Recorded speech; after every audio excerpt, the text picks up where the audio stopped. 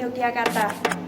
Saya di sini akan menerangkan tentang dinasti Abbasiyah. Menyangkut 3 hal, yaitu faktor dan pola perjuangan, yang kedua faktor kesuksesan, dan yang ketiga faktor kemunduran. Langsung saja, yang pertama yaitu faktor-faktor dan pola perjuangan dinasti Abbasiyah.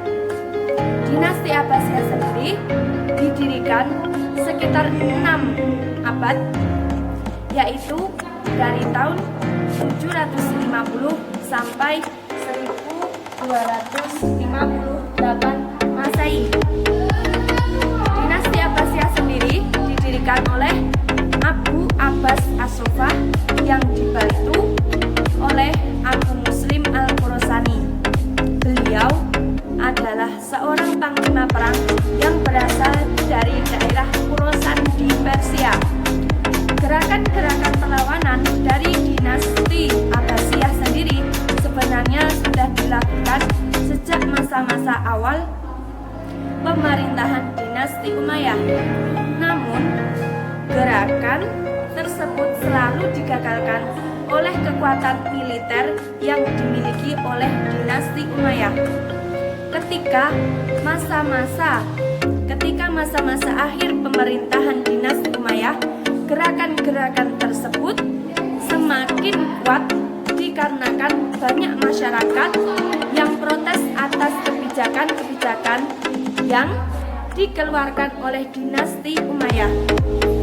Dari hal tersebut dimanfaatkan oleh gerakan tersebut ketika ada tokoh Bani Hashim melancarkan serangannya terhadap dinasti Umayyah. Adapun para tokoh yang salah satunya ada Muhammad bin Ali. Beliau adalah salah satu dari keluarga Abbas yang menjadikan kota Kufah sebagai salah satu kota yang dijadikan tempat perlawanan terhadap dinasti Umayyah.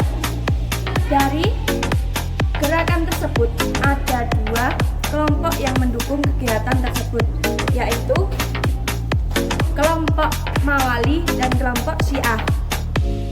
Kelompok Mawali ini adalah kelompok yang selalu dijadikan masyarakat kelas 2 oleh dinasti Umayyah, dan satu lagi kelompok Syiah adalah kelompok yang menuntut hak kekuasaan yang telah diserang oleh dinasti Umayyah.